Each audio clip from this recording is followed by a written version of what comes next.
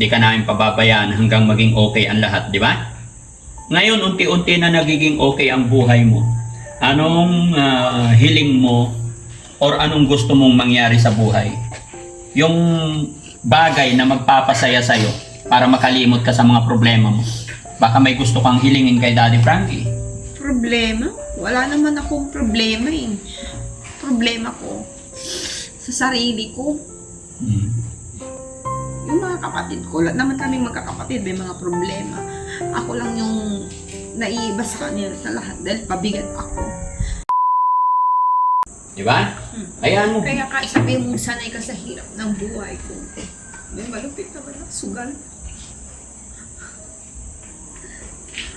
Sumusugal ka sa hindi mo alam para bang ang hirap.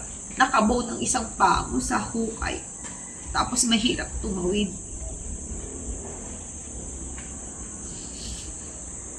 Kaya kahit sabihin mo, alam mo yung hirap ng buhay, hindi mo masabi, hindi maintindihan kasi napakahirap ang sugal.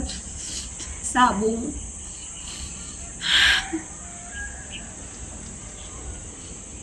Kaya sabihin mo wala ka manong kayamanan ba? Basta nabubuhay ka kung gano'n. Basta kaya natin yan, no? Dito naman si Mami Rochelle at si Daddy Frankie. Nahihirapan sila. Hindi, wag mong isipin pabigat ka. Hindi. Dahil sumusugal sila, sumusugal din ako eh. Hindi mo naman ginusto kung anong nangyayari sa'yo, kung anong kapalaran mo. Di ba? Basta laban lang. Hindi ka namin pababayaan, di ba?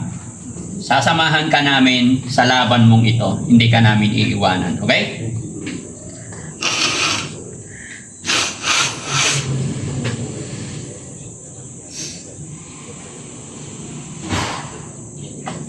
Pati ako tuloy naiiyak eh.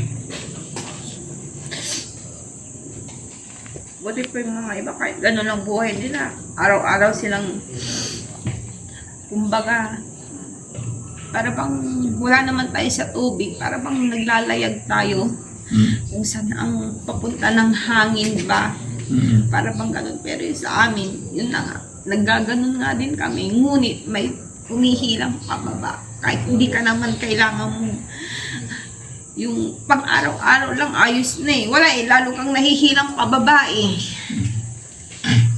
Sinusugal ka eh. Sinusubasta ka ba?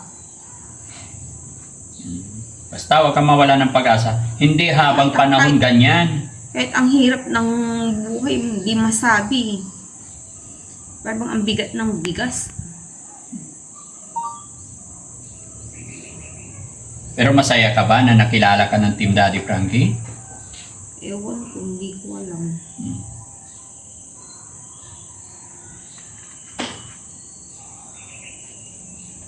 Ano ba talaga ang pinakagusto mong mangyari? O may hiling ka ba?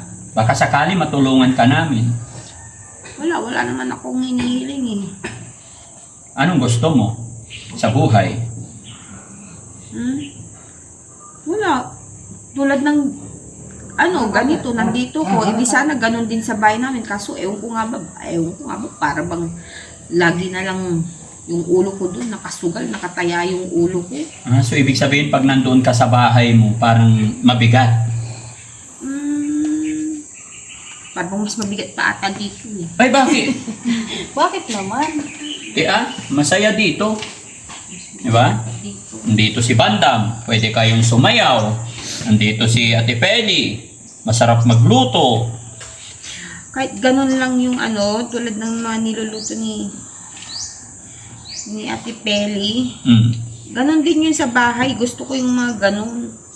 Kaya itlog at saka tuyo, diba? Tapos yung mga gulay. Kahit hindi na kami magkarne, hindi ko naman inaano yun eh. Oo. Kahit bihira lang ng pabiskit-biskit. Bumibili ka din naman sa tindahan ng mga mantika, bitsin, tuyo, mga ganun. Kaya Tinita, para makalimutan mo na yung problema, pag kasi kumpleto na kahit yung... naman hindi ka kailangan mong pumunta ng bayan, mga ganun. Kasi may tindahan din naman. Para pag bumalik ako na, nalaglag na nga ako. Bumalik na naman uli ako na mahuhulog na naman. Kaya paano ko masasabi yung hirap ng buhay namin? Kumbaga hindi pa kontento. Tsaka kung naiwasan mo yan, may makapainggit mo yan, makakaibig ka. Tapos ba ng kilos mo, tatablan to ng pisalyon mo. Ang bigat ng bigas. Tignan mo nga, gumaling na nga yung mga sugat-sugat ko nga eh. Unti na. Di ba dati, sugat-sugat yan. Hanggang dito rin. Magaling na. Jara. Oh, magaling na.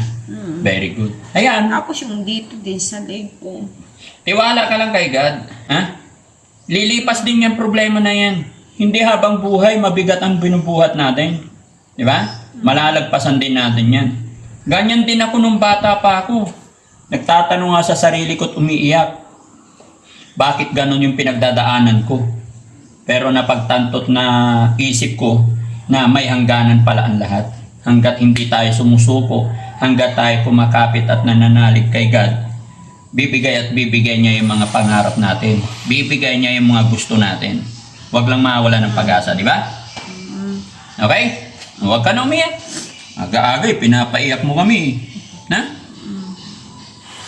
Matibay naman yan si ate. Oo. Tida na.